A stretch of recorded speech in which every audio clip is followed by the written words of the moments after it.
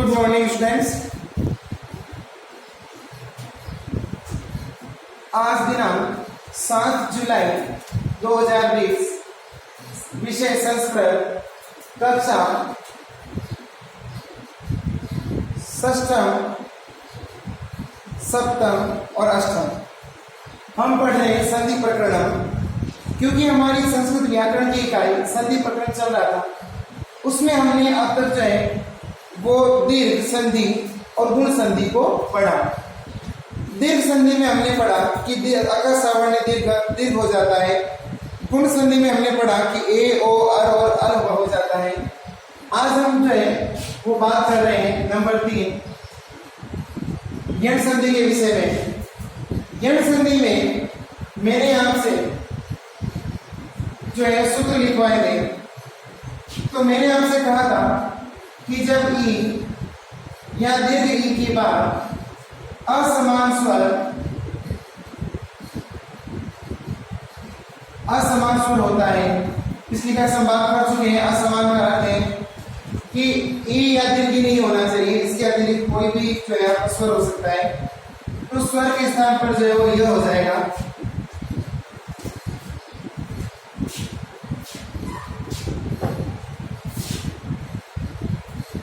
यह हो जाएगा। फिर में हम जो है हमने पढ़ा था कि यदि ओ या दीर्घ ऊ के बाद असमान स्वर होता है तो ओ या दीर्घ ऊ के स्थान पर व हो जाएगा। उसी तरह से तीसरा नियम था री के बाद असमान स्वर होने पर री र में बदल जाती है। और नंबर 4 सूत्र था या नियम था री के बाद असमान स्वर होने पर री जो है वो ल में बदल जाती है। ये हमने जो है वो कुछ नियम पढ़े थे। तो इसके अंतर्गत सबसे पहले हम 1 नंबर नियम देखते हैं। ई या ई के बाद असमान स्वर हो तो ई जो है वो य में बदल जाती है। जैसे हम उदाहरण देख रहे हैं, यदि धन अपि शब्द है हमारा यदि धन अपि। अब यहां पर आप देख रहे हैं कि संधि हमेशा 2 पदों में होती है।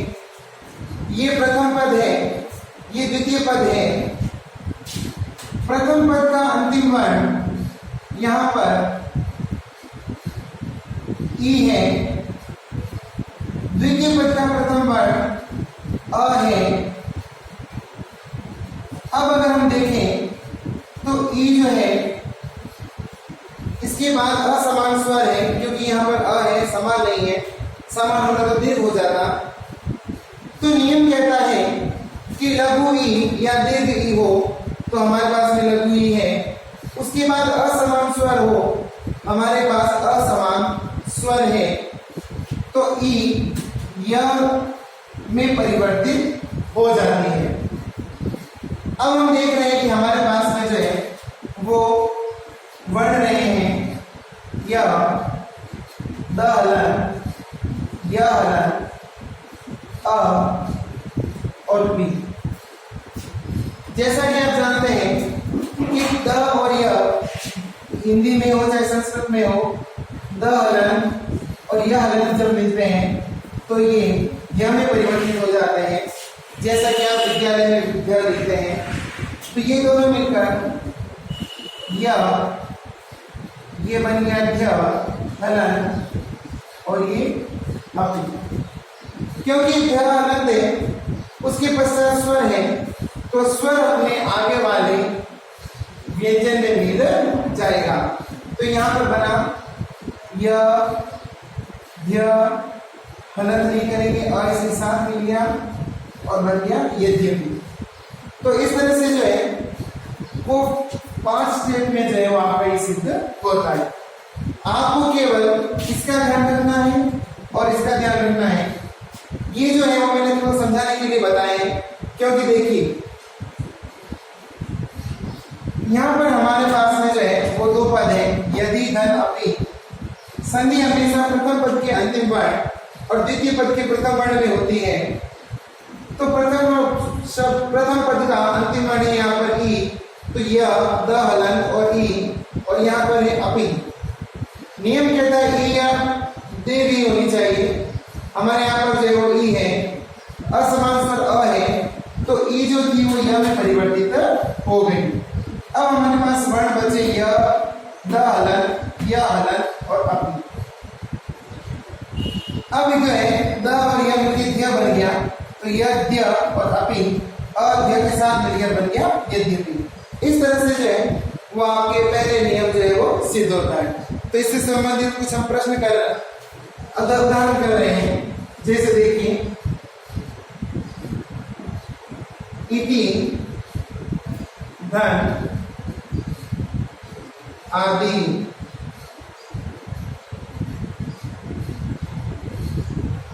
ऊपरी धन ऊपरी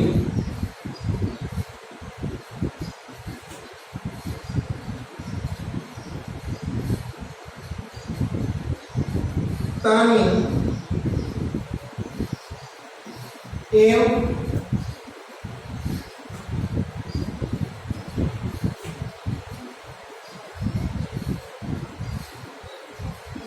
नदी धन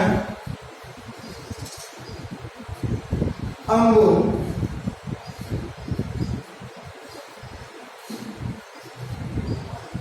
सुधी धन उपास्य। अब हम बात करें तो आप देख रहे हैं कि इति धन आदि, ई जो है वो यह में बदल गया, तो ये ई का आधा ही रहेगा। ई के स्थान पर आ गया यह, अ से यह गुण हो गया, आ बन गया और बन गया इत्यादि। उसी तरह से उ प।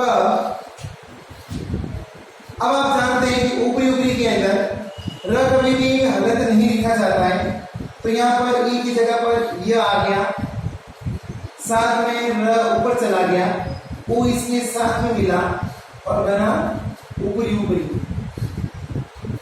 उसी तरह से तानी एव, तो यहाँ पर आप देख रहे हैं तानी एव में ता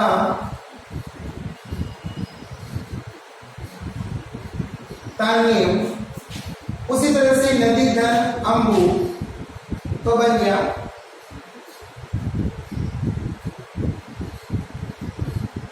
नद्यंबु। सुधी धन उपास्य, तो शब्द बना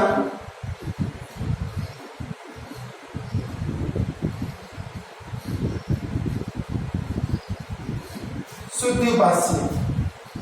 तो इस तरह से जो है वो आपके यण संधि का पहला नियम पूर्ण होता है। तो नियम इसमें यही कहता है कि ई या दीर्घ ई के बाद असमान स्वर हो तो ई या में बदल जाता है। हमने यहाँ पर देखा यदि धन अपि शब्द बना यद्यपि। उसी तरह से इति धन आदि इत्यादि। ऊपरी धन ऊपरी, ऊपरी ऊपरी, ऊपरी ऊपरी का मतलब होता है ऊपरी ऊपर, सबसे ऊपर। तानी एव, तानी एव। नदी धन अंबु, नद्यंबु। सुधी धन उपास्य, शुद्धि उपास्य। इस तरह से जो है वो आपकी यण संधि का पहला नियम पूर्ण होता है। अब हम देखते हैं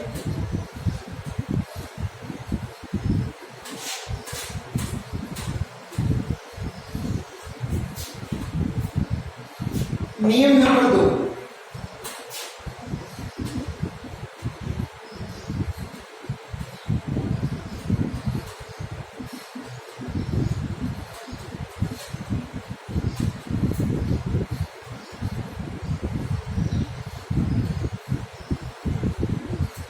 हमारा नियम कहता है यण संधि का कि यदि लघु उ हो और दीर्घ उ हो, उसके पश्चात यदि असमान स्वर हो तो ऊ या दीर्घ ऊ के बाद ऊ जो है वो व में परिवर्तित हो जाता है। जैसे देखिए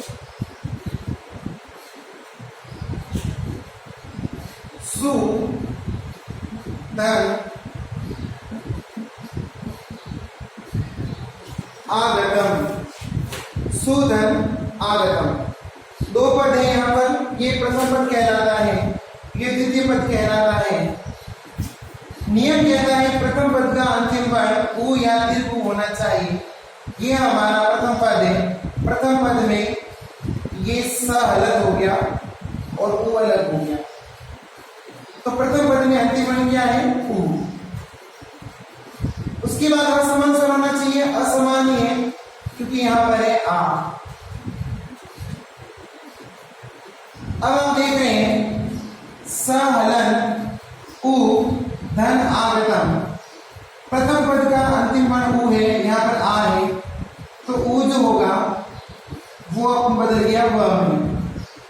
अब हमारे पास क्या रहा? स हलन व हलन आगतम। अब आप यहाँ पर देख रहे हैं स हलन है क्योंकि इसके पीछे कोई स्वर नहीं है, तो स को हम आधा ही लिखेंगे। उसके बाद में व हलन, लेकिन आ इसके साथ मिला तो बना स्वा और ये गतम। तो इस तरह से शब्द बना स्वागतम। अब आप यहां पर देख रहे हैं कि सुधन आगतम, सु प्रथम पद था, आगतम द्वितीय पद था, सु में अंतिम पद ऊ है, सु में अंतिम वर्ण ऊ है, आगतम का प्रथम वर्ण आ है।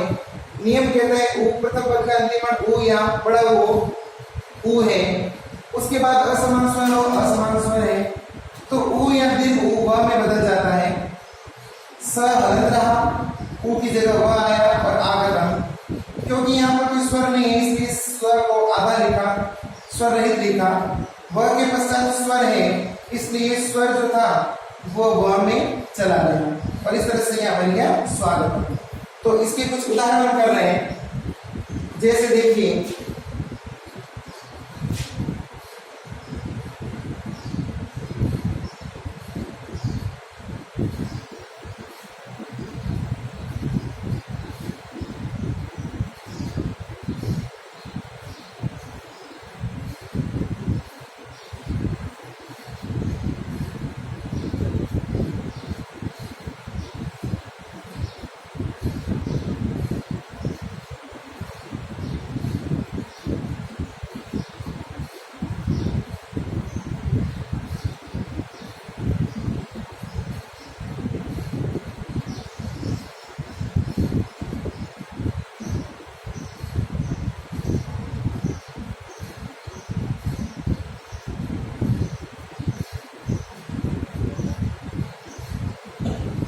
देखिए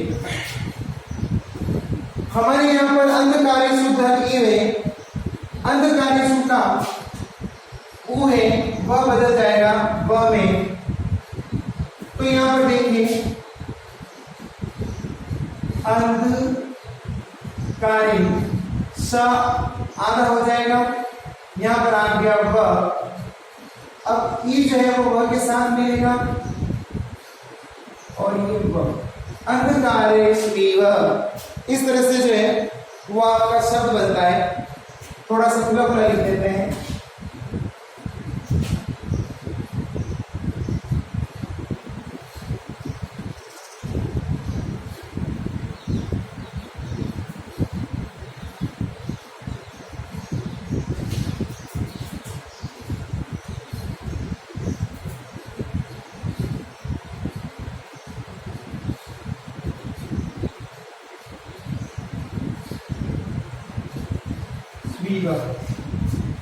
उसी तरह से मधुधन अरि, तो यहाँ पर म ध आधा ही रहेगा, ऊ की जगह पर व आ गया, अ व में मिल गया और बन गया मधुबरी। उसी तरह से अनुधन एष्टम, आधा ना व ए इसके साथ मिला अन्वेषणम। उसी तरह से वधु तो व आधा ध की जगह व और बन गया वा गमनम, वधवा गमनम। इस तरह से जो है ये इसके उदाहरण पूर्ण होते हैं। अब हम देख रहे हैं तीसरा नियम।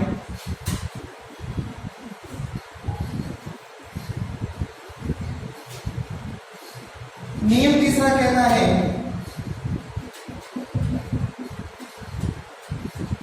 री के बाद असमान स्वर होने पर री र में बदल जाता है।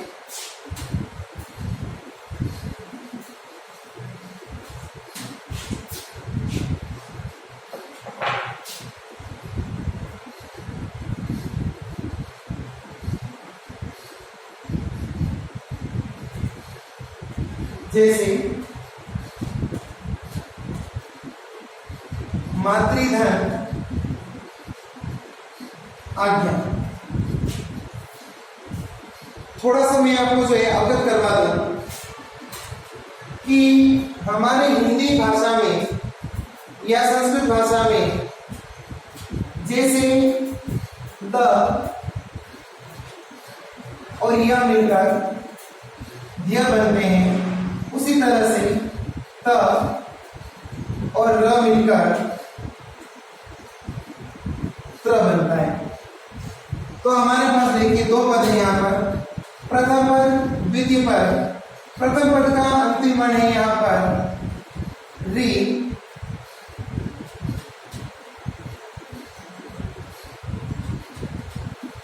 और यहाँ पर है आज्ञा। नियम कहता है कि री हो, प्रथम पद का अंतिम वर्ण री हो, इसके बाद असमान स्वर हो तो री हट जाता है, उसकी जगह पर र आ जाता है। अब हमारे पास में रहा मां त हलर र हलर आज्ञा, त और र दोनों मिलकर बन गया त्र। अब हमारे पास है मात्र आज्ञा। क्योंकि त्र हलंत है, उसके पीछे स्वर है, तो स्वर त्र में मिल जाएगा और बन जाएगा मात्राज्ञा। इस तरह से जो है ये शब्द बनता है मातृधन आज्ञा। यहाँ पर मातृ प्रथम पद है, आज्ञा द्वितीय पद है। मातृ का री जो है वो र में बदल गया, आज्ञा ऐसे ही रहा। हमारे पास है मां त र और आज्ञा, त और र दोनों मिलकर बन गए त्र, तो त्र बन गया। तो हमारे पास मात्र आज्ञा आत्र में मिल गया, बन गया मात्र आज्ञा। तो कुछ प्रश्न जो है अभ्यास इसका देख लेते हैं।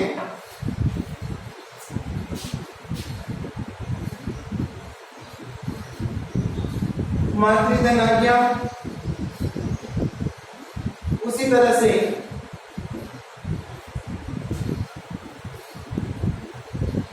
पितृधन आदेश, मातृधन इच्छा, धात्री धन अवधार्यम,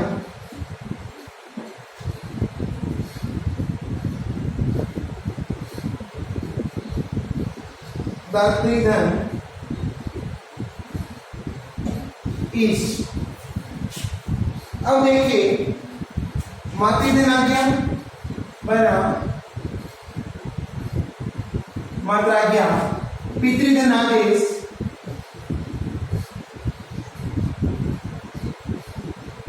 पितरादेश, मातृधन इच्छा,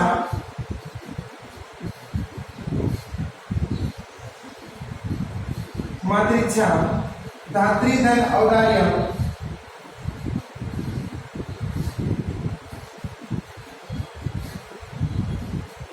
धात्रोदार्यम धात्रीधन ईश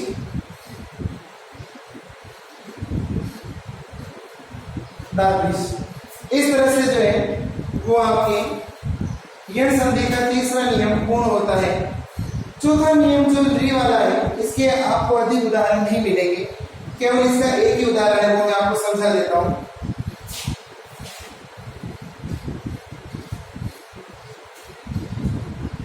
नियम नंबर 4 कहता है री धन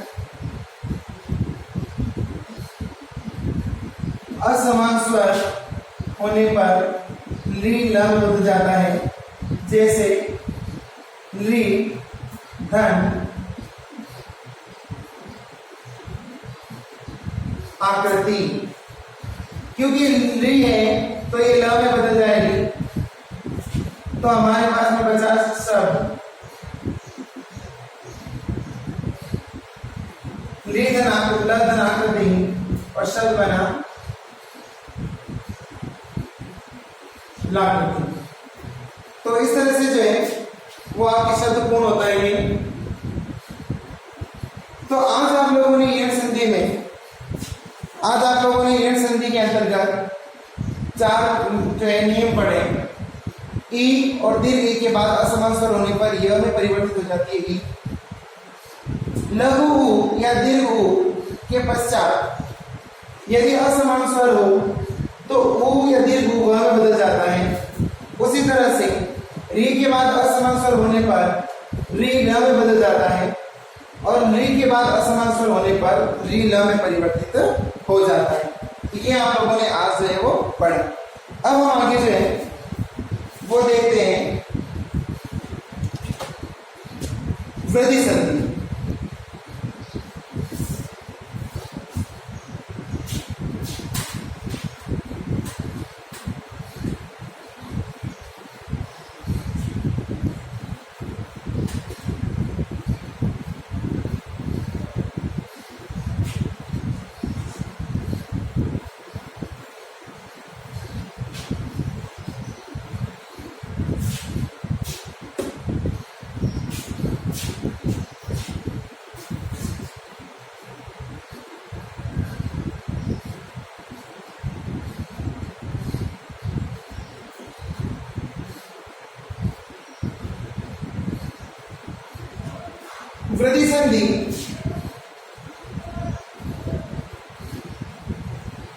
वृद्धि संधि के कुछ नियम है। जैसा कि आप लोग देख रहे हैं कि वृद्धि का अर्थ है बढ़ना, तो इस संधि से ही पता चल रहा है कि इसमें मात्राएं बढ़ जाती है। जैसे देखिए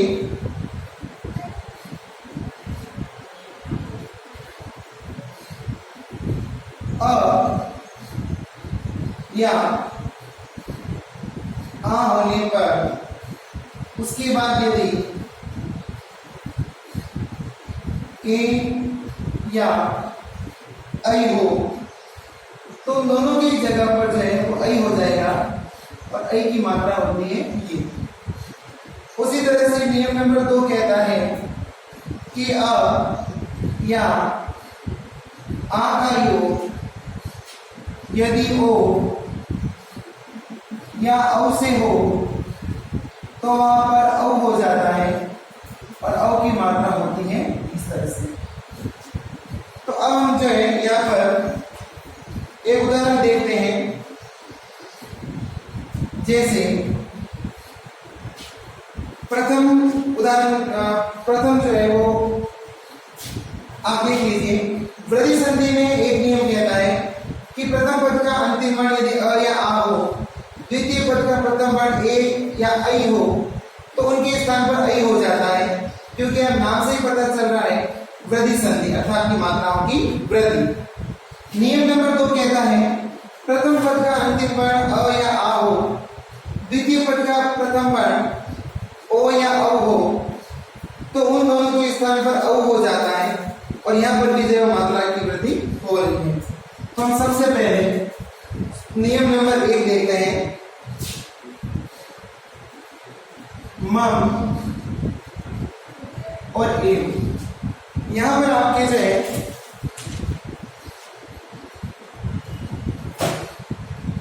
यहां पर आप देख रहे हैं एक पद है मम, दूसरा पद है एव।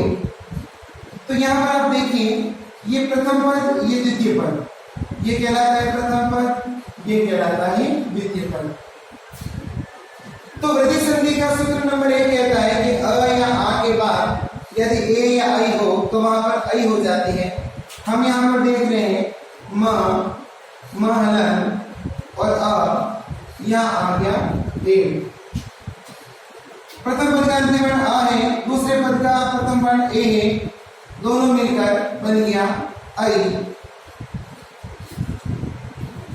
अब हमारे पास वर्ण रहे हैं म, महलन, ए और व। अब जैसे कि आप जानते हैं कि आई की मात्रा इस तरह से होती है, तो आई जो होगा वो म में चला जाएगा, तो बन गया ममीर, मम्मी। इस तरह से जो है वो आपका शब्द निष्पन्न होता है। मम धन एव, प्रथम पद है मम, द्वितीय पद है एव। मम पद का अंतिम वर्ण है अ, द्वितीय पद का प्रथम वर्ण है ए। नियम के अनुसार अ या आ, ए या आई मिलकर आई का निर्माण करते हैं, तो अ और ए मिलकर आई बन गया, और यहाँ इस तरह से जो है बना मम्मी। तो इसके कुछ जो है वो मैं आपको उदाहरण करवा रहा हूं, देखिए।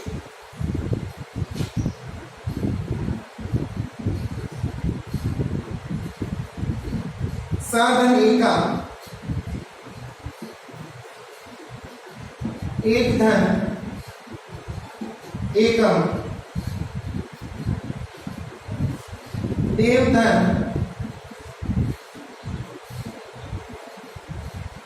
ऐश्वर्यम, सदाधन एव, अद्यधन एव।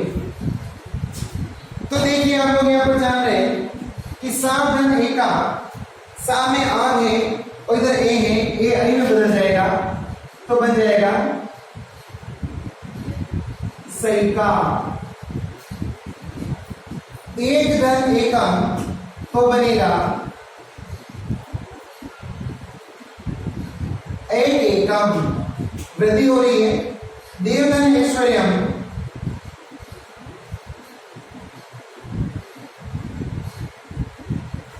देवेश्वर्यम, सदाधन एव,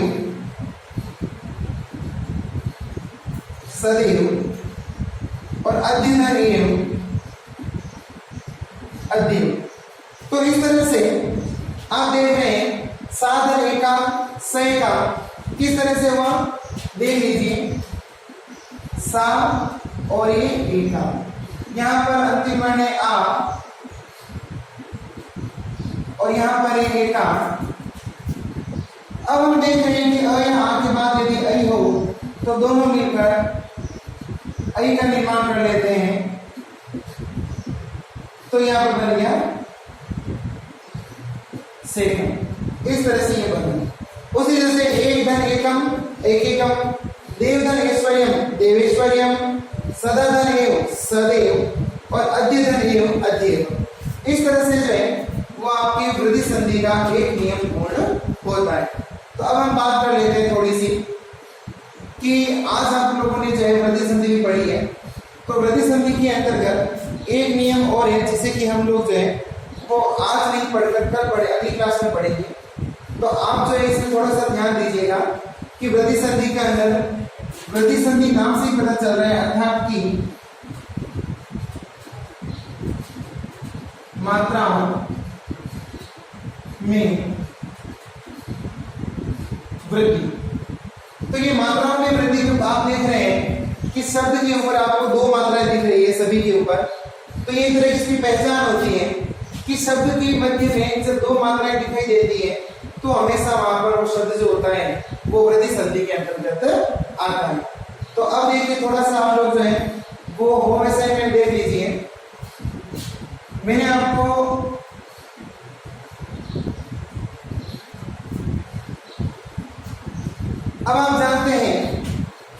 होमवर्क के अंदर मैंने आपको अभी तक संधि प्रकरण के अंदर संधि शब्द कैसे निष्पन्न होता है वो बताया, संधि शब्द की विभिन्न परिभाषाएं बताई, संस्कृत में क्या कैसे होती है, हिंदी में वृद्धि संधि की परिभाषा क्या है, पाणिनि के अनुसार वृद्धि संधि की परिभाषा क्या है, ये सब सीखा।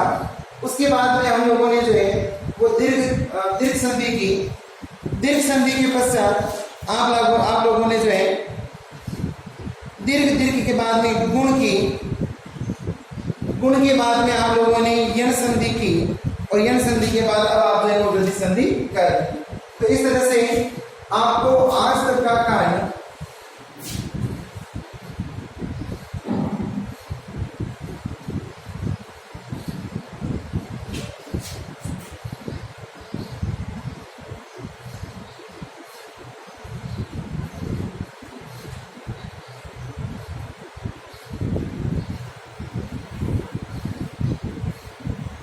वृद्धि संधि के उदाहरण तक का कार्य पूर्ण करें। अब इस तरह से जो है वो आपको कार्य पूर्ण करना है। वृद्धि संधि की जो आपने उदाहरण किए हैं, जितना आपने एक आपको नियम के उदाहरण करवाए हैं, तो इतना कार्य आपको पूर्ण करना है। अगली कक्षा में हम सभी जो है वो अब आगे वृद्धि संधि के लिए जो है वो अगला नियम जो है उसके उदाहरण करेंगे। तो ये कार्य जो है आपका पूर्ण होता है। आप सभी अपनी उत्तर पुस्तिका में सबसे पहले दिनांक लगाएंगे। दिनांक के बाद संधि प्रकरण तो आपने पहले ही लगा दिया है, शीर्षक ये बार नहीं लगाना है।